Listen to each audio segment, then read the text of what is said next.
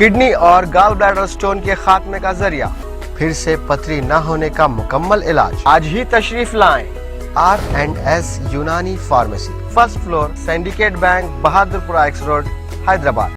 अस्सलाम वालेकुम नाज़रीन, आइए नज़र डालते हैं देश और दुनिया के खबरनामे पर। सच न्यूज के खबरनामे में आप सबका इस्तकबाल है। आज की सबसे बड़ी खबर आ रही है मुंबई से, जहां पर मुंबई के क्रूज ड्रग्स मामले में नया मोड़ आया है। 18 करोड़ के लेन देन इल्जामों पर एनसीबी ने अपना दावा किया है। मुंबई क्रूज ड्रग्स केस की जांच में अब नया मोड़ आ चुका है। गवाह प्रभाकर सईल ने कहा है कि उसने बाकी गवाह किरण गोसावी को 18 करोड़ रुपए लेने की डील करने की बात करते सुना है। आज एनसीबी के जोनल डायरेक्टर जमीर वानखड़े ने कोर्ट पहुंचकर वकील एनडीपीसी को 2 एफिडेविट फाइल किए गए हैं। एक में मुकरने को लेकर बातें कही गई हैं, दूसरे में समीर वानखड़े ने खुद पर दबाव बनाने का इल्जाम लगाया है। शाहरुख खान के बेटे पर मामले दर्ज आर्यन खान को लेकर हर दिन कुछ न कुछ नया मोड़ आता ही चला जा रहा है। इस बार अब एनसीबी पर ही इल्जाम लग चुके हैं। इसी के साथ एनसीबी के जोनल डायरेक्टर और समीर वानखड़े के साथ वकील एनडीपीसी भी कोर्ट पहुंच चुके हैं। एफिडेविट्स की फाइल किए जाने के बाद अब फैसले का इंतजार हो रहा है, क्योंकि किरण गोसावी की आर्यन खान के साथ सेल्फी भी वायरल हुई थी। गोसावी के खिलाफ हलफनामा दिया गया है। गवाह के मुकरने को लेकर हलफनामा पहुंचा है। वहीं बात अगर पंजाब पोल्स की करें तो हिंदू वोटरों को लुभाने में जुटे हैं कैप्टन अमरिंदर सिंह। कांग्रेस के लिए बड़ी फिक्र की बात है। पंजाब में आगामी चुनाव के मद्देनजर कांग्रेस कैप्टन अमरिंदर सिंह द्वारा हिंदू वोटर्स को पार्टी से दूर करने की कोशिशों का मुकाबला करने के लिए रणनीति बनाने की तैयारी चल रही है। कांग्रेस में कई लोगों का मानना है कि कैप्टन शहरी इलाकों में हिंदुओं को लुभाने की कोशिश कर रहे हैं। शहरी हिंदू पंजाब की आबादी तकरीबन 38% के करीब है। माना जा रहा है कि सीमा पार आतंकवाद और सुरक्षा के मुद्दों का जिक्र करके वो हिंदू मतदाताओं के बड़े हिस्से को कांग्रेस से दूर करना चाह रहे हैं। रिपोर्ट के सोर्सेज के हवाले से कहा गया है कि पूर्व मुख्यमंत्री पिछले कुछ वक्त से सिद्धू की पाकिस्तान यात्रा का जिक्र कर रहे हैं। कांग्रेस के मुताबिक जिस पार्टी को संदेह यानी शक है, वो अब साफ दिख रहा है कि अमरिंदर पंजाब के सीएम के रूप में भी राज्य में हिंदू जनसंख्या को प्रभावित करने में भाजपा और शिरोमणि अकाली दल के साथ हैं। बीएसएफ के अधिकार क्षेत्र के नियमों में हालिया संशोधन पर अमरिंदर की प्रतिक्रिया भी झलक दिखी है। एक और जहां मौजूदा सीएम चरणजीत सिंह चन्नी ने इस कदम का विरोध किया तो कैप्टन ने उनका सपोर्ट किया। शायद इसी वजह से कांग्रेस ने पिछले कुछ दिनों में कैप्टन के पाकिस्तान कनेक्शन को जिक्र करना शुरू कर दिया। कैप्टन की दोस्त और पाकिस्तानी पत्रकार आरूसा आलम के संबंध में उनके खिलाफ हमलों के बीच जमकर टीका टिप्पणी हो रही है। शुरुआत इसकी डिप्टी सीएम सुखजिंदर सिंह रंधावा ने ये कहते हुए की थी कि पंजाब सरकार के आलम के आईएसआई के साथ संबंध की जांच के ऑर्डर्स दिए हैं।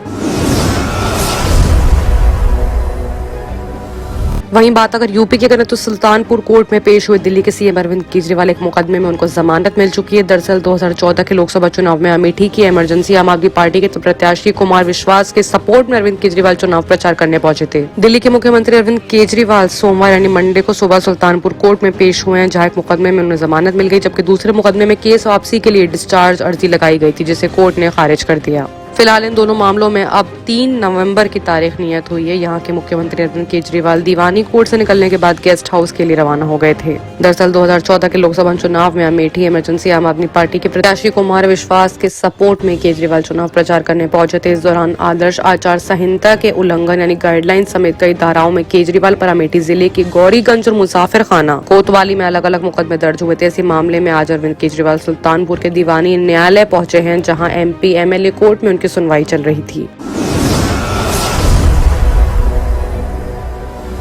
वहीं एक और सनसनीखेज खबर गाजियाबाद से आ रही है, जहां पर गाजियाबाद के थाना कवीनगर पुलिस के जैगुआर से घूमकर आलीशान कोठी बंगलों में चोरी करने वाले गैंग का सरगना इरफान उर्फ उजाली गिरफ्तार किया है। इस पर विभिन्न राज्यों में 2 दर्जन से ज्यादा मुकदमे दर्ज हैं। पुलिस ने इसके कब्जे से चोरी की 1 करोड़ रुपए कीमत के आभूषण बरामद किए हैं। बिहार की सीतामढ़ी के रहने वाले इस शातिर चोर तलाश 12 राज्यों की पुलिस कर रही है। गाजियाबाद पुलिस ने इल्जाम यानी आरोपी के पास करीब 2.5 करोड़ रुपए की कीमत का चोरी का माल बरामद किया है। वहीं इरफान की पत्नी और एक प्रेमी समेत 11 साथियों को पुलिस पहले ही गिरफ्तार कर चुकी है। राज्य मंत्री अतुल गर्ग के पड़ोस में रहने वाले कारोबारी के घर में चोरी के मामले में जमानत कराने के लिए इरफान गाजियाबाद आया था। इसकी भलक लगने पर पुलिस ने उसे RDC के पास से गिरफ्तार किया है। पुलिस अध्यक्ष नगर निवूढ़ अग्रवाल ने बताया कि इरफान की बीवी गुलशन परवीज जमानत पर रिहा होने के बाद बिहार में हो रहे जिला पंचायत के चुनाव में प्रत्याशी है। इस चुनाव के लिए मंडे को ही वोटिंग होना है। इस चुनाव में जीत हासिल करने के लिए आरोपी इरफान ने दोनों हाथों से रुपया खर्चा किया है।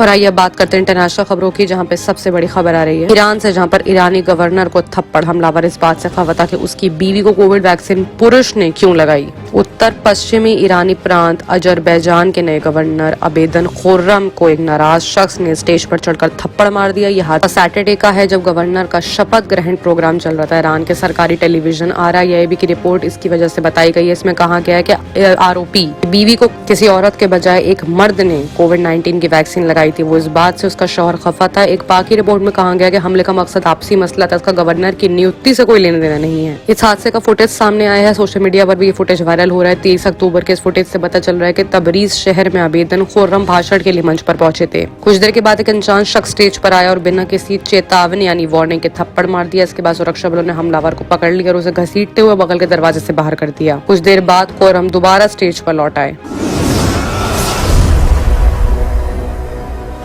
वहीं बात अगर भुखमरी मिटाने की तालिबानी स्कीम की करें तो अफगानिस्तान में मजदूरी के बदले गेहूं मिलेगा, जिसमें 55,000 टन अनाज बांटेगा तालिबान। अफगानिस्तान की तालिबान सरकार ने देश में भुखमरी मिटाने के लिए food for work scheme launch की है। योजना के तहत मजदूरों को मजदूरी के बदले गेहूं दिया जाएगा। तालिबान के प्रवक्ता जबीउल्लाह मुजाहिद ने संडे को दक्षिणी काबुल में प्रेस कॉन्फ्रेंस की। मुजाहिद ने बताया कि अफगानिस्तान के सभी बड़े शहरों में स्कीम लागू होगी। इससे अकेले काबुल में ही 40,000 लोगों को रोजगार मिलेगा। मुजाहिद ने कहा कि बेरोजगारी खत्म करने के लिए एक बड़ा हथियार साबित होगा, लेकिन इसका फायदा उठाने के लिए मजदूरों को कड़ी मेहनत करनी पड़ेगी। अफगानिस्तान पहले ही गरीबी, सूखा और बिजली की कमी से जूझ रहा है। वहाँ इकोनॉमी की हालत भी खस्ता है। तालिबान ने बताया कि फूड फॉर वर्क स्कीम का फायदा उन मजदूरों को नहीं मिलेगा जो पहले ही काम धंधे से लगे हुए हैं। इसके तहत सिर्फ उन मजदूरों को ही काम मिलेगा जो सर्दी के सीजन में बेरोजगारी की वजह से भुखमरी का शिकार हो रहे हैं।